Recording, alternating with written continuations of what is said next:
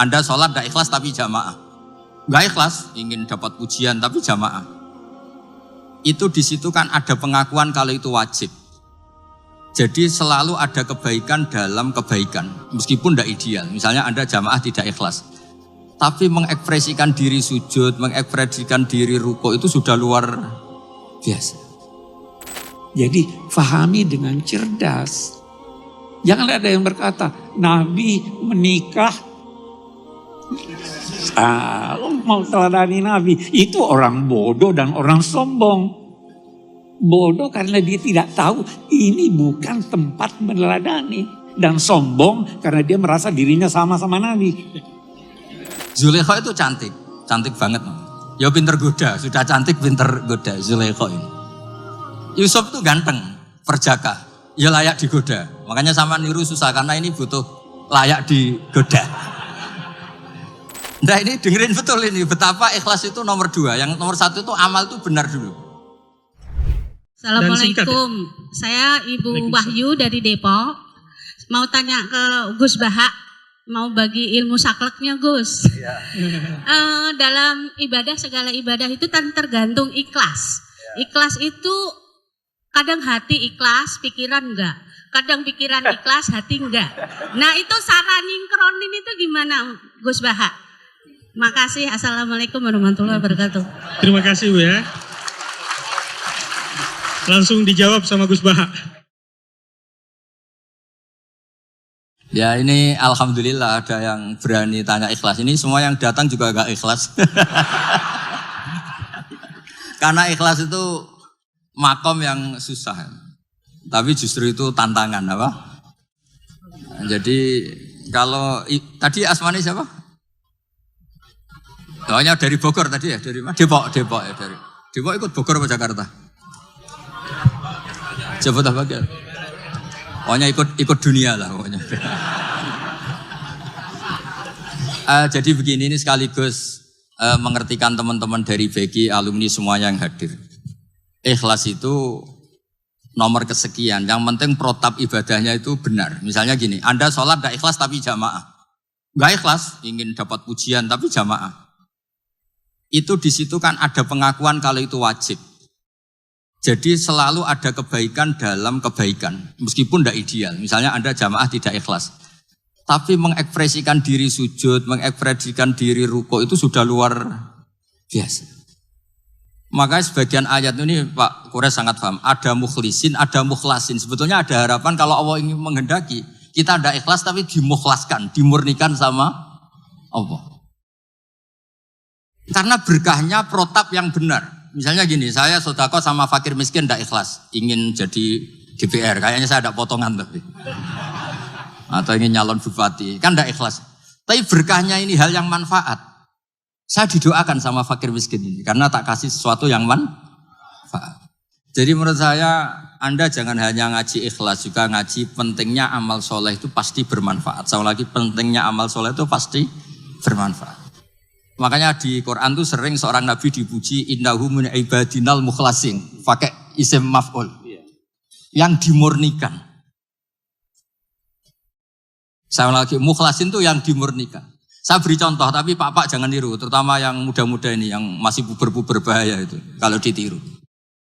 Zulaikha itu cantik, cantik banget. Ya pinter goda, sudah cantik pinter goda Zulaikha ini. Yusuf itu ganteng, perjaka. Ya layak digoda. Makanya sama niru susah karena ini butuh layak digoda. Nah ini dengerin betul ini, betapa ikhlas itu nomor 2. Yang nomor 1 itu amal itu benar dulu. Sehingga digambarkan Quran walaqad hammat bi. Zulaikha ingin nikmati Yusuf, wa hamma biha Yusuf sebagai orang normal juga ingin nikmati Zulaikha. Tapi terusannya laula ar-ra'a burhana rabbi. Terus Allah ngendikan kadzalika linasrifa anhu su'a wal fahsya. Ini campur tangan Allah itu nomor 1. Tapi saya kata Allah tetap gak ingin kekasih saya ini ada masalah. Lagi-lagi kita harus selalu berdoa supaya Allah yang menyelamatkan kita. Bukan amal kita, bukan ikhlas kita, bukan semuanya. Kita hanya bergantung ingin diselamatkan Allah. Ini disebut iyyaka na'budu wa iyyaka nasta'in. Kita hanya minta pertolongan dari Allah. Ya mungkin Nabi Kures sekali. Buatan bersani. Terakhir dinan terus doa Monggo. Baik, ini satu lagi pertanyaan yang sudah masuk ya, yang ringkas dan sudah Supaya ngerti mukhlasin itu.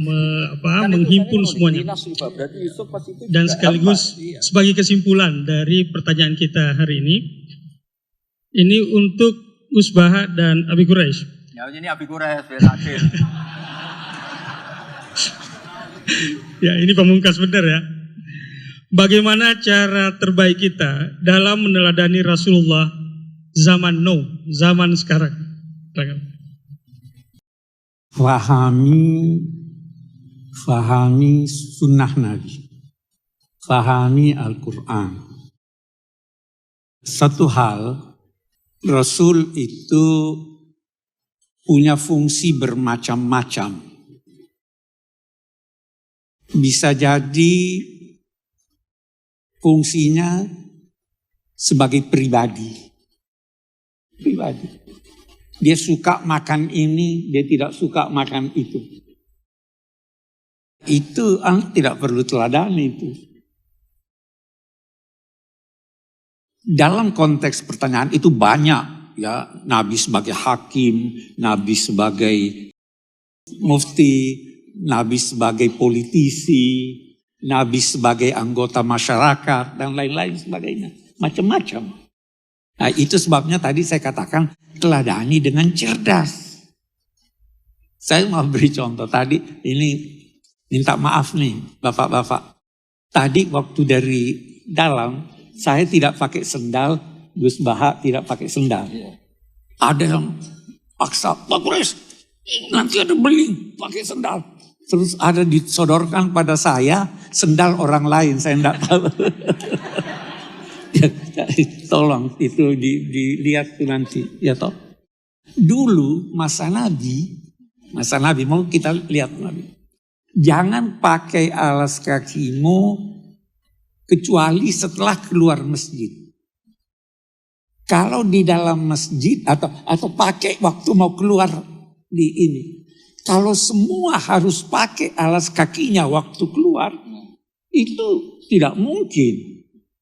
Jadi walaupun Nabi sudah perintahkan seperti itu, situasinya tidak memungkinkan. Jangan lantas berkata, saya ikuti aja Nabi. Nanti yang keluar semuanya, pakailah alas kaki, jangan pakai alas kakimu dalam keadaan kamu berdiri. Semua berdiri, tidak keluar-keluar orang kita di sini. Jadi fahami dengan cerdas. Jangan ada yang berkata, Nabi menikah, mau teladani Nabi. Itu orang bodoh dan orang sombong. Bodoh karena dia tidak tahu ini bukan tempat meneladani. Dan sombong karena dia merasa dirinya sama-sama Nabi. Jadi pelajari situ, pelajari apa. Satu contoh lagi yang lain saya beri. Soal Nabi terkadang berfungsi sebagai hakim, terkadang berfungsi sebagai mufti. Ucapannya itu harus kita teliti. Saya sering beri contoh ini. Karena apalagi kalau ibu-ibu banyak. Ada suami kicir. Datang istrinya pada Nabi Hind. Itu suami saya kicir, wahai Nabi. Boleh enggak saya ambil duitnya tanpa izin? Bagaimana ini? Nabi jawab, ambillah. Asal wajar. Mencuri atau tidak itu? Persoalan yang dibahas. Ini fatwa atau ini ketetapan hukum? Kalau fatwa hanya berlaku buat yang bersangkutan, yang bertanya. Kalau ketetapan hukum silahkan. Pasti ambil aja asal jangan buat parfum dan sebagainya. Jadi itu cerdas itu namanya. Semua benar. Tetapi harus disesuaikan dengan kondisi kita. Harus seperti tadi juga penghormatan. Satu masyarakat beda penghormatannya dengan ini. Orang Eropa tidak segan tangannya di pinggang sambil bicara sama orang tuanya. Jangan coba-coba itu di sini. Itu budayanya beda.